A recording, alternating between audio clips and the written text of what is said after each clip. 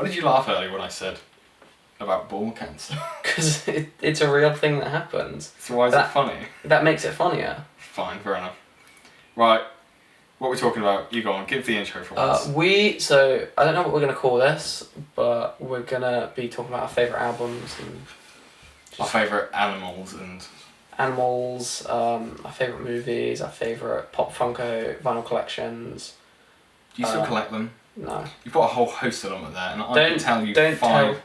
Anyway, so on this episode, we're actually going to be going through, in no particular order because that's just impossible to do. Yeah.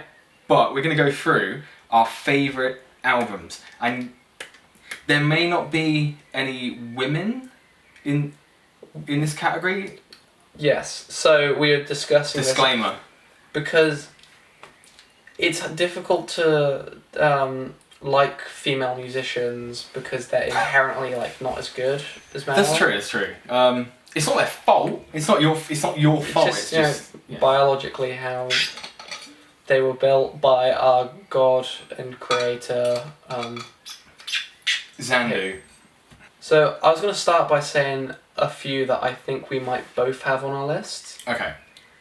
I'll I'll have to check my clear, detailed notes just to make sure. I'll look at my disgusting cum-stained post-it notes. Post-it notes. Right. One that because we already talked about it because we both love them and think they are the most unrecognised band of all Underrated. time. Twerp, Tupperware Jo- Remix Party. Bon Jovi. Bon Jovi Tupperware the Bon Jovi remix party. The Tupperware.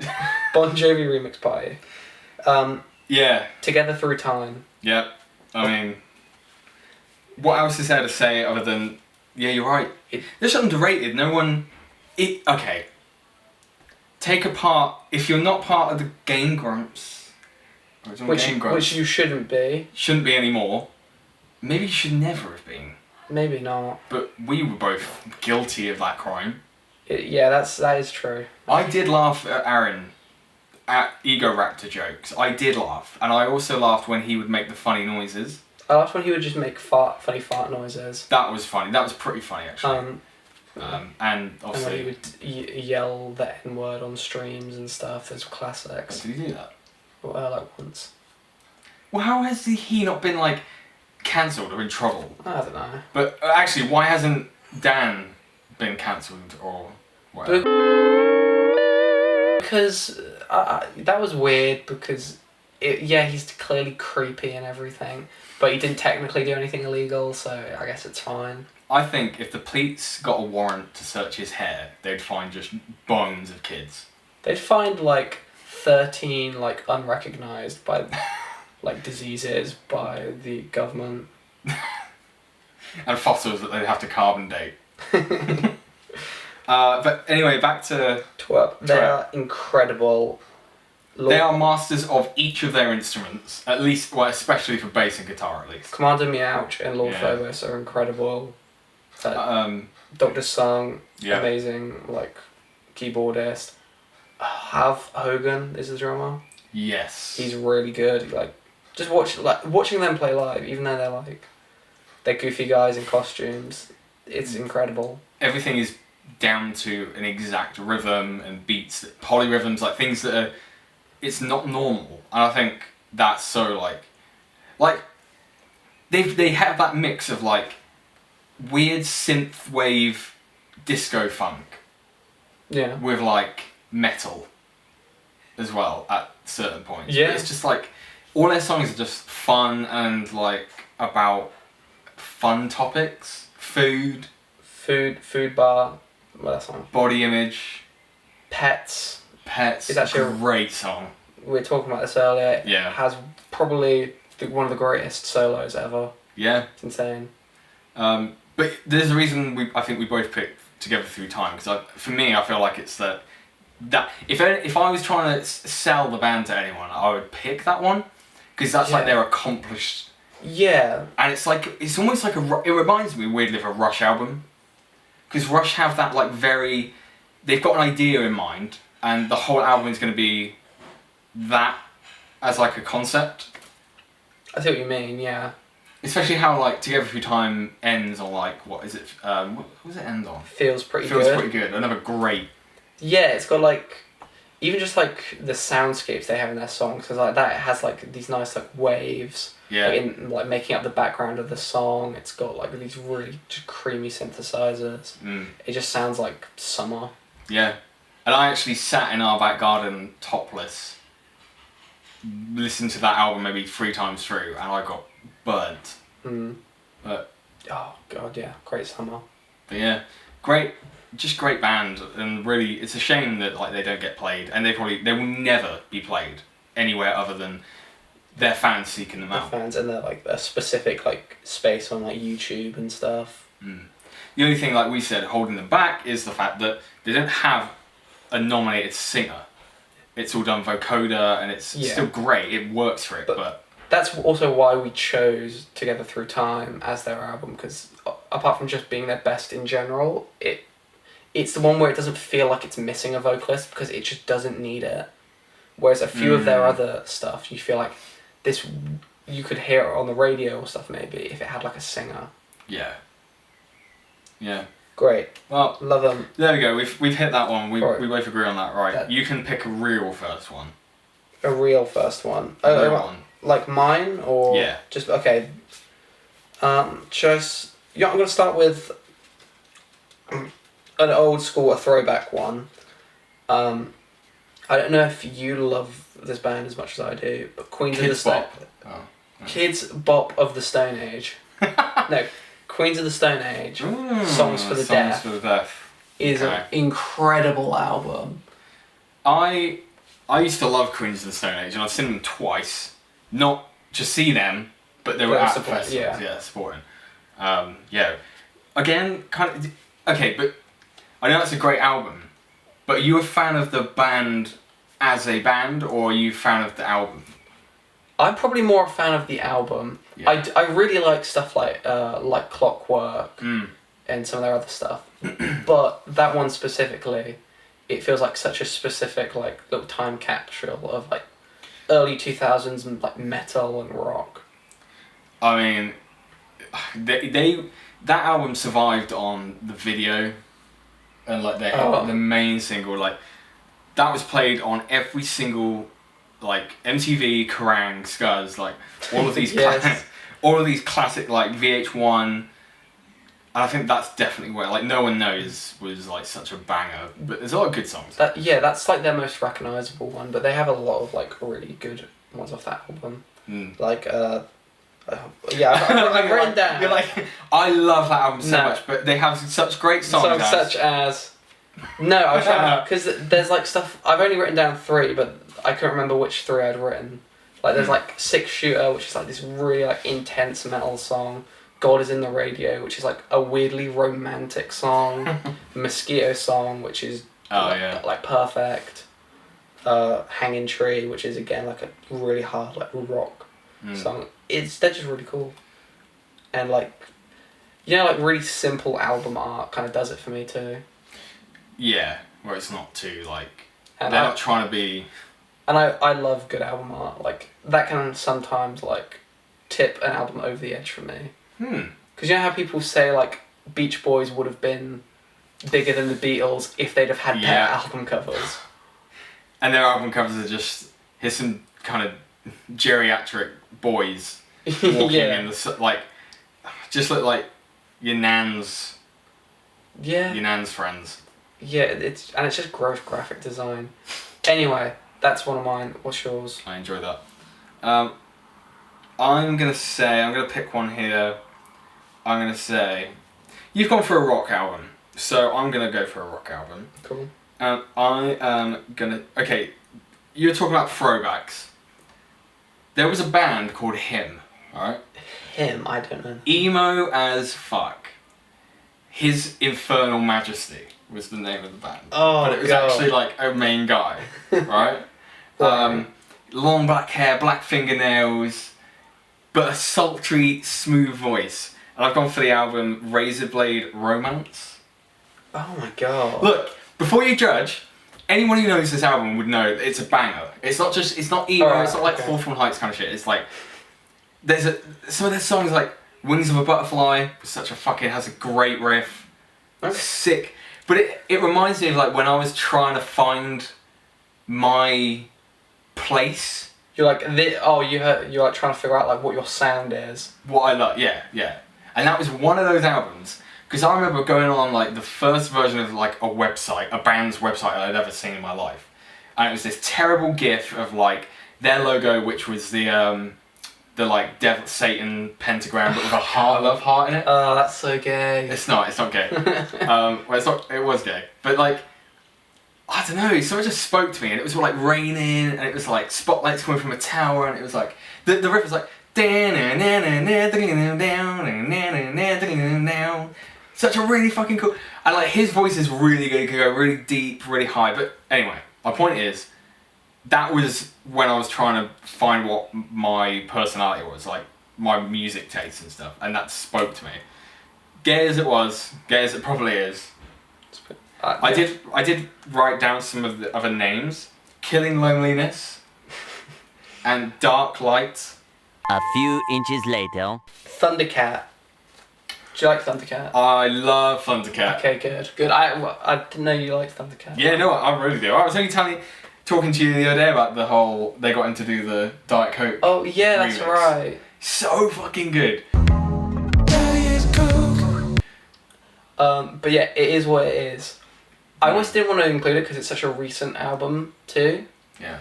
But like when I like, because I had heard like Thundercat stuff mainly from him, like just producing stuff for like Mac Miller and Yeah. some other artists.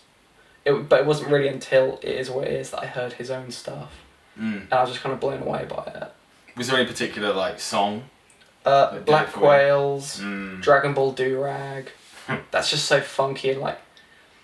That whole album is. I hate comedy music, but it kind of manages to be funny. Just even through the titles of songs, like. Well, Dragon Ball Durag got a lot of like traction because it was funny, because I remember seeing on Twitter and stuff all these like pre-millennials being like post-millennials being like because of he had an association with Ariana Grande, because of the Mac Miller thing, and he produced some of her stuff, and they had performed them changes quite a lot together at festivals and stuff. So obviously fans of hers automatically like Thundercat without knowing who he is. Was. So then like you see all these people like, I love Thundercat, and it's like, I like his bass on fucking, what is it, Six Rings or some shit. yeah. But God, man, that guy is like, he's insane. clearly a master of his art first. Like he knows so much of the theory. And he's been playing with like big like artists jazz and bands and stuff since he was like 12 or 13 or something. And you watch him do he always like, for me, he's not just single note kind of bass where that can be cool. He introduces chord-based bass playing to mainstream music. Yeah. Which is really cool. He has these like weird like bass runs which you don't like really see as well. Yeah. Which is quite cool. But I like that choice. Yeah. That's really cool. And like he gets away with doing stuff that like shouldn't work musically. Like in Miguel's Happy Dance off that. Yeah. Like it's such a strange song, but it works so well almost just because it's Thundercat. Yeah. No, I like So, that's a really good choice. Yeah. My next one, which is Ready to Die by B.I.G. Really? I know this is going to sound super contradictory, because I was just saying that I was trying to find myself when I was like 14, and this emo band spoke to me, but also this fat black rapper from the 90s. From the 90s, go forward. But I think the reason it spoke to me is because he was aggressive. His lyrics are fucking aggressive and like out against everything. Yet the music behind It's so sultry. Yeah.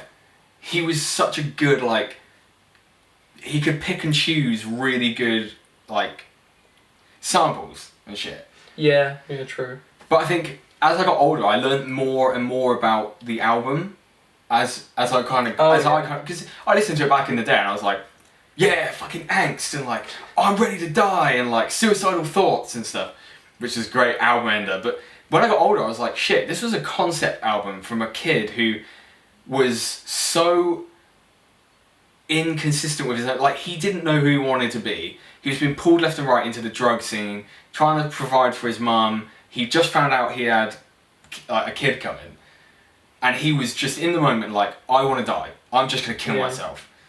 And he meant that, like, he put that down on a track. And I didn't really get that until I was older. And there's a really sick documentary on Netflix that came out this year. I was just going to say, like, did you watch that? Cause, so good. Like, yeah, like, it really goes into his character. Because from, like, just hearing his music, like, just, like, yeah, the instrumentals, you wouldn't really get that from him. Yeah. No, exactly. It's just one of those things where, like, the context behind it adds so much more to it. And I wouldn't have picked it, but because of that album, because, I mean, Juicy is just, I know it's kind of memed, but, like, it's so, the rhythm of it, like, his bars and stuff is just so good. I feel like, you know, Outkast. Yeah. I feel like that's kind of the evolved version of that. Yeah, but, like, yeah. They rapped about, like, really, like, horrible, like thoughts, but they made it sound like this really... Miss Jackson and stuff, yeah. Like, even Hey Ya, yeah. Yeah. But, yeah, Biggie's a really good choice, actually. Go on then, yours next. Alright, mine. I'm gonna say Tyler, the Creator, Scumfuck Flower Boy. Damn. That album, like, awakened hip-hop for me. Like, just because at the time, I was, basically, when that album came out, I was only listening to, like, John Mayer, of course, and, like, sort of more rock and metal stuff. But then I heard, like, one of the singles off of it. I was like, oh my god, like, listening to the whole album, it just, like, awakened in me. It awakened me. And I was like, oh my god, this, like, hip-hop is really, like, a thoughtful genre. Especially an artist like that, he's rapping about, like sexuality, fame, love, and, like, just insane production. His production stuff is... like you said to me the other day, you can always tell a song he's produced. Oh, yeah, 100%. Yeah, even I get that. And I wouldn't say I'm not the biggest fan, but that's only because I haven't listened to him as much. I've listened to, like, what everyone's listened to. Yeah. But, like, yeah, no, I can pick out his sound. It's because he manages to be so, like, soft, but also impactful at the same time. Yeah. Like, yeah, like, See You Again, and, like, I think my favourite song is, like, 911 off that album, and it's this really, like, these light, like, nice rhythms, but with this insanely, like, over-the-top produced, like beats and drums and stuff. It's really cool. So, I like that. Yeah. You are trying to be a bit gangster though, aren't you? You're trying to, like, look at you, this, like, milk top white boy that's like, yeah, my favourite album of all time is, like, Tyler, the Creator. Actually, it's Aretha Franklin's Maggot Brain by Funkadelic. The only song anyone remembers from that is Maggot Brain. Oh, but that 9-minute solo. No, Yeah. I don't know why, I just, like, resonate. Ever since Flower Boy, I feel like I resonate a lot with black artists. Don't know why. I like that. That's actually quite poignant. That'll get us some views. White boy finally accepts black musicians. No, I mean, it's probably because our dad as well, he's super against, like, rap music. Not black people. He's not... Is he? Well, yeah. Oh, yeah, but when it's... I feel like he hates it more when it's, like, just rapping about your fortune and fame. I guess that's true. But even that I can, like... Fat stacks, fat bitches kind of thing. I can kind of respect that almost just as a genre. It's like 50 Cent built his whole career off of that, basically. Like, with Get Rich or Die Trying. But he literally did... Yeah, he did. Die. Basically. No, I really like... I'm gonna... My next pick, I'm gonna kind of back off of yours because mine is kind of a similar thing. And it's Channel Orange by Frank Ocean. Because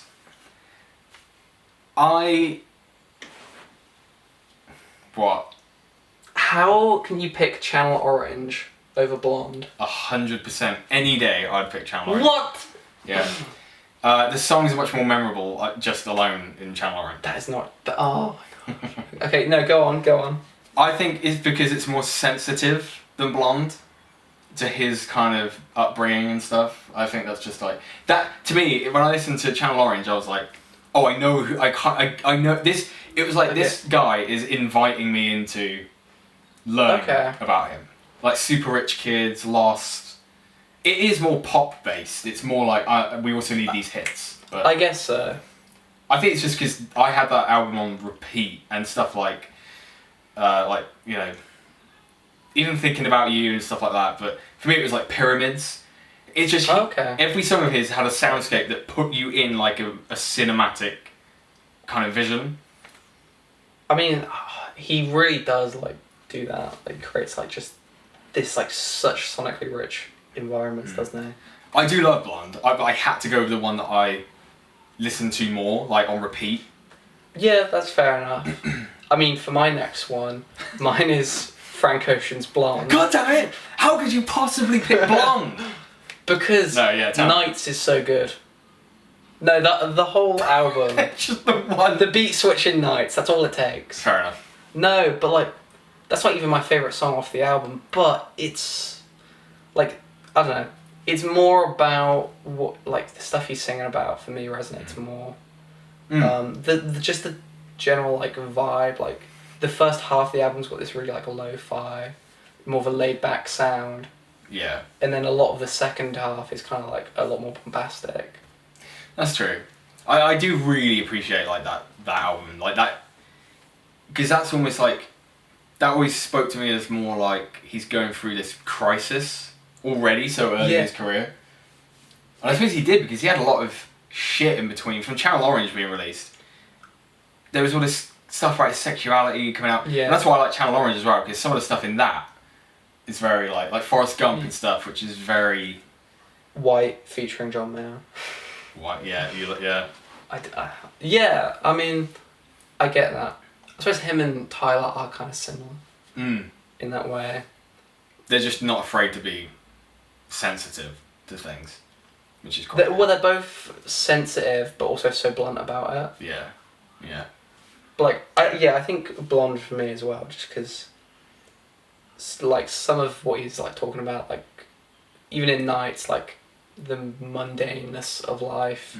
Like White Ferrari is, I think, his most beautiful song. That is a really, yeah. I know that sounds really gay. No, but like the very simple composition of it and Self-Control of that album, I think, is my favourite Frank Ocean song ever. Like, it's just got like this really nice like sound. It's got a great like guitar under it. I don't know if he plays it himself or I don't know, actually. But yeah. Two good choices there. But yeah, I wonder if when is he going to come out with... People are like, it's going to be this year, It's not. It's definitely not. I don't think it's even going to be next year. People saying that about Kendrick as well. Like, Kendrick. When is Kendrick going to drop? He's not going to drop this year, guys. I'm sorry. He ain't dropping. It's not going to happen. Kanye's not going to drop this year either. Just saying. Alright, come on then.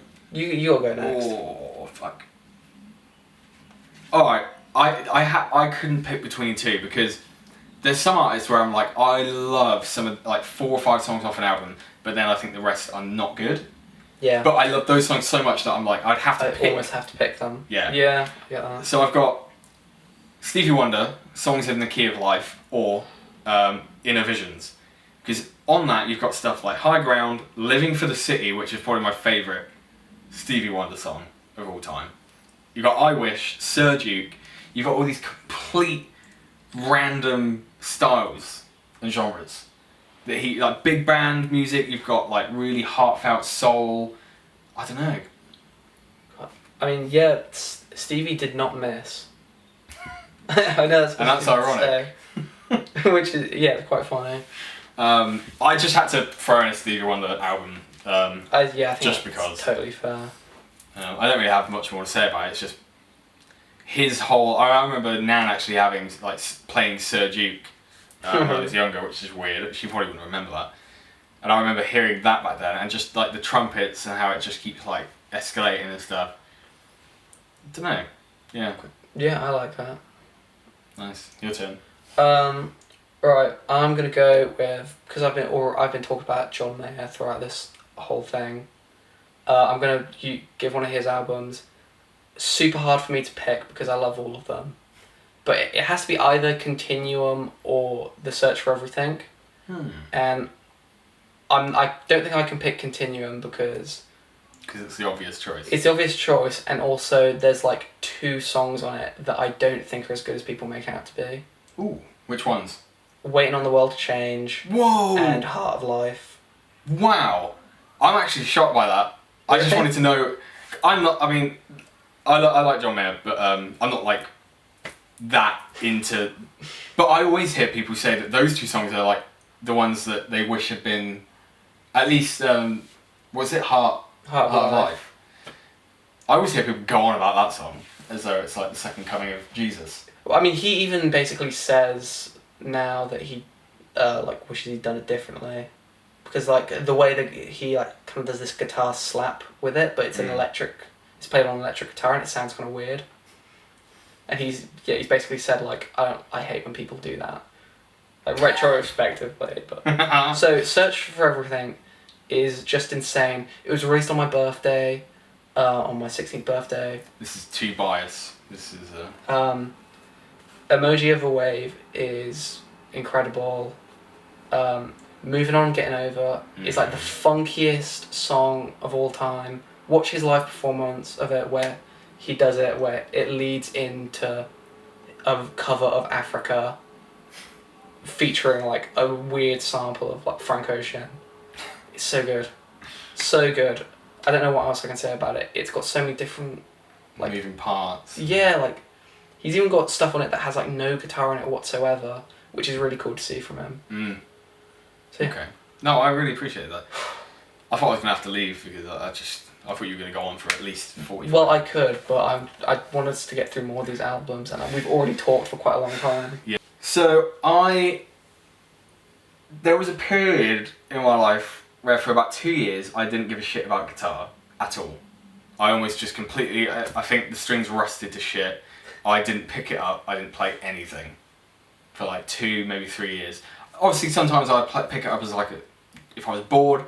But I wasn't trying to do anything creative, I wasn't trying to learn anything new, I just couldn't be arsed. Sad. Very sad.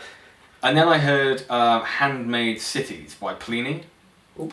and I'd never heard anything like that in my life, in terms of guitar and production.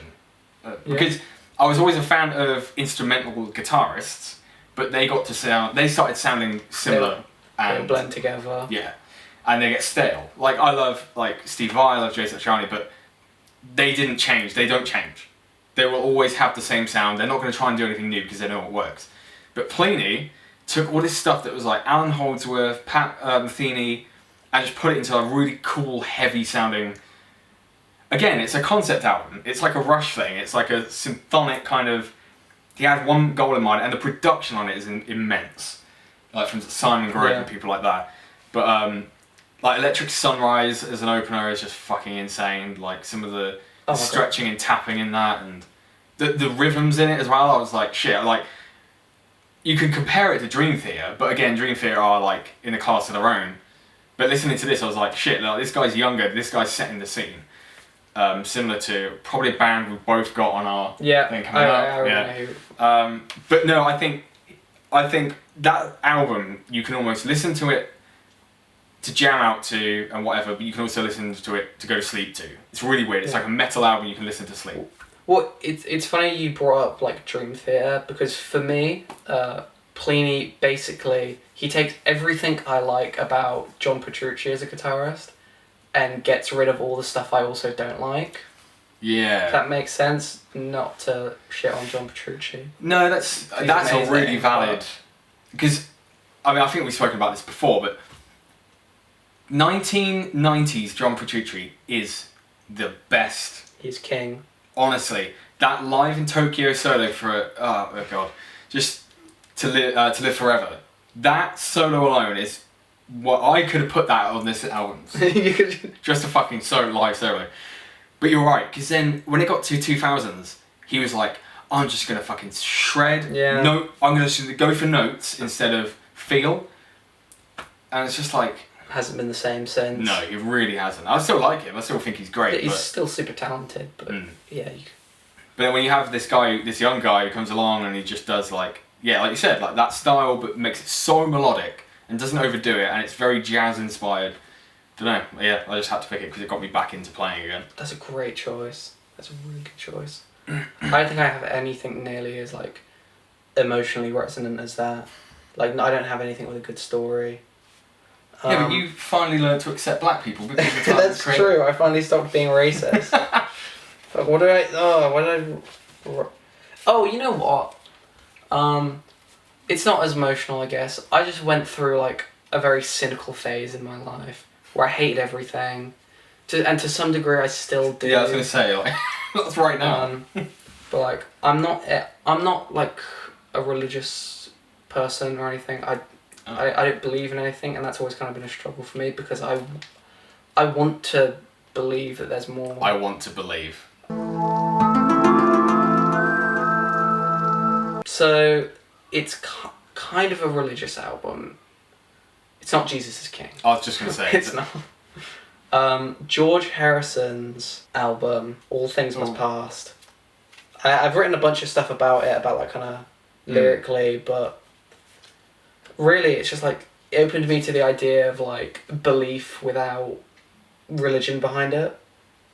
Like even just the sort of song everyone knows, My Sweet Lord. Like it kind of talks about a lot of that stuff. Yeah. It just really like that whole album was just really nice for me to hear. Like, because he's the only Beatle I actually like as a person even. I feel like that's a general consensus actually. That's a good... I feel like people do think that. Yeah, he just seemed like such a very genuinely... like down to earth, good person. It's not like Ringo Starr, like... Yeah. Do not send any more fan mail! I'm warning you with peace and love. Peace and love. Peace and love. But he, although he did do Thomas the Tank Engine, didn't he? Oh, he did, yeah. But yeah, like that whole like the Hinduism side of All Things Must Pass just really resonated with me, and I can't really explain why. Like he has this insane slide guitar sound throughout like the entire album, which is really cool. I think that's a really profound pick because you don't need to justify it. I think if you feel that way about an album and it's giving you that kind of insight, that's fine. I mean, I generally think everyone kind of struggles with that kind of thing, and I think I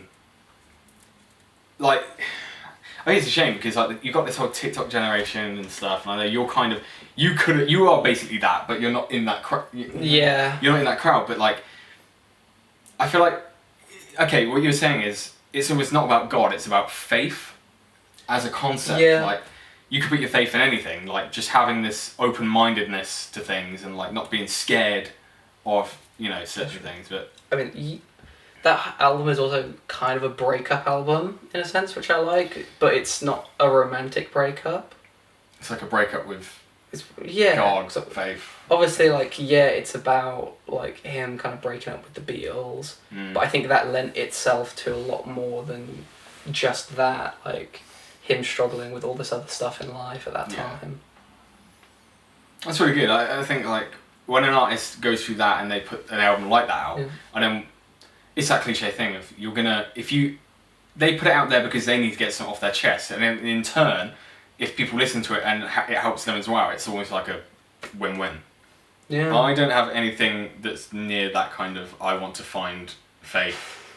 I've got another one that kind of came out when I was in a bit of a lull in my life, relationship-wise. Very traumatic year or so. But, and it's actually Ram by Daft Punk.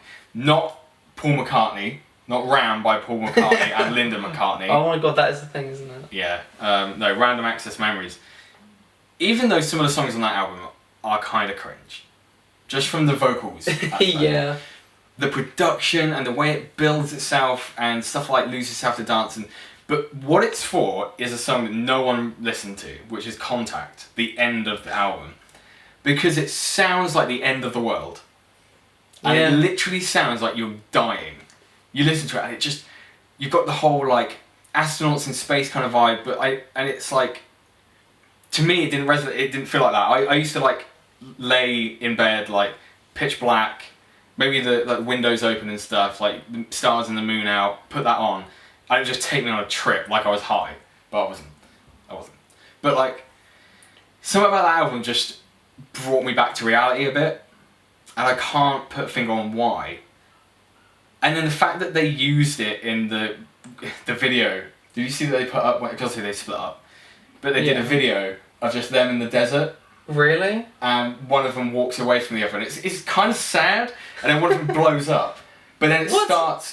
starts like, I didn't see this. yeah, no, it's funny, it's so good, but like, I can imagine wearing like that old school jackets from like the Discovery days stuff. Oh, that's cool. but yeah, because it has that whole vocal breakdown as well, and it's got like, it's just good. It's just, and it ramps up right at the end, and you've got like insane drum solo, and all this like noise being thrown at you, and like record scratching and like amping up and stuff, and it just becomes incoherent. But it almost like, it's like a eyes wide open kind of moment for me, I think. Yeah. And I was like, shit, I'm gonna try and do something again that's, you know, not just wallowing in self pity. It's great that you say it brought you down to earth. Yet Yeah, the it's song. it's the most interstellar like Yeah. album of all time. Yeah, it's almost, you know, when something makes you feel so insignificant that you're then like, Maybe there's why should I worry so much? maybe there's more to this. Yeah. Like watching, you just said Interstellar, but it's like that film also kind of gives me that same feeling in a sense. But yeah, so I picked that. God. Get Lucky, Sound of the Summer. It really was, Give it a and listen is. if you have a chance. I feel like there's no one alive on this planet right now that hasn't heard Get Lucky. Sound of the Summer. Yeah. Um, Hot Girl Summer. yeah. Should we go with the one that we were saying we both would had on our list? Yeah. We haven't even talked about this. We just know that we would both have it. Polyphia. Yeah. Oh. Oh, is that not the one you were thinking of? I mean, that's. I thought you meant. I thought we were going with Weird Al Yankovic. Oh, Running okay. with Scissors. Oh. No. Okay. Yeah, you're right. Polyphia. Now, But Is it- which? I went with New Levels, New Devils. Yeah. Okay. It's we're talking about albums, and I guess that's like the only. That's their only like proper album, I guess. Like Renaissance was, but that's not as good. No. The most hated. Is it most? EP. Yeah. But yeah, That- New Levels, New Devils. I mean, I feel That- like that's got. to be- There is nothing, absolutely nothing that sounds like they do. Nope. There really isn't. There's really not. I don't- Same thing as what I said about Polini. The same thing Yeah. for Polyphia. Like. Yeah, like it's this crazy instrumental shit. And like no one else does it like them. It's just Gucci metal. Yeah, It's you could boil it down to just hip hop metal. yeah. And those influences are so like obvious when you listen as well. Yeah. Like But hip hop and I love that like the guitarist Tim Henson has like talked about on like he does like live streams and YouTube videos and stuff where he talks about like making music, and he says how he'll just kind of like take a chord progression from like either a Kanye West song, like even a Taylor Swift song, and then just like fuck around with it and like change it as much as possible, but like That's really use the cool. same structure. It's really interesting, because and then just add guitar, a crazy sounding guitar to it. I think the thing is as well is that like it's so refreshing because it's coming out of an era where guitarists who take it super seriously are like up their own asses, Yeah. where they're like, I wouldn't ever listen to pop or hip hop. But then like these guys are like, no, we love that shit and we're gonna mix that with guitar. Yeah. And that's why it works and that's why it's so unique. Yeah. Oh And like they are dickheads, but It's the act, though. yes, they are 100% doing it ironically. Because we've seen them twice, and I saw one with Yeah. you. They're proper down to earth. Like, Yeah, they're so cool. yeah, I mean, I remember something fucked up during the first show we saw them in Brighton, and or Bournemouth, wherever that was. And like, I think there was an issue with some of the tracks, the backing tracks, and they were just messing around. They started playing Careless Whisper. Yeah. Like, proper down to earth, but like, they've got this persona on, like, at least Tim Henson does. But it adds to that, like, Yeah, it's, pop rock star kind of like. yeah, it's really cool. Yeah, I love them. But yeah, and then they bring on like really good talent as well that kind of mixes well with them, like Matteo Sasato and Jason Richardson Yeah. and stuff. And yeah, no, I mean that whole album is just like insane. Yeah, because New Levels, New Devils has a lot of features, and every single one is so like perfect. Like Like even Chon. Chon, Yvette Young is on the song. Yeah. Like the song is so Polyphia, but it also fits them really well. Yeah. It's really cool. Nice. Well, we might have to do a part 2 of this. Part 2. I do have a Kanye West one, I have to say, of it, but I still don't even know which one to pick, because I have picked one, but it could easily be anyone. I feel like we should leave that on a cliffhanger because. Which Kanye West is Yeah. it? Yeah, okay, we can do that. Alright. I've still got loads to go for. We've both got loads to go for. I've got But fuck tons. fuck it. But I've got to leave soon, so You do. probably now. But yeah, part 2.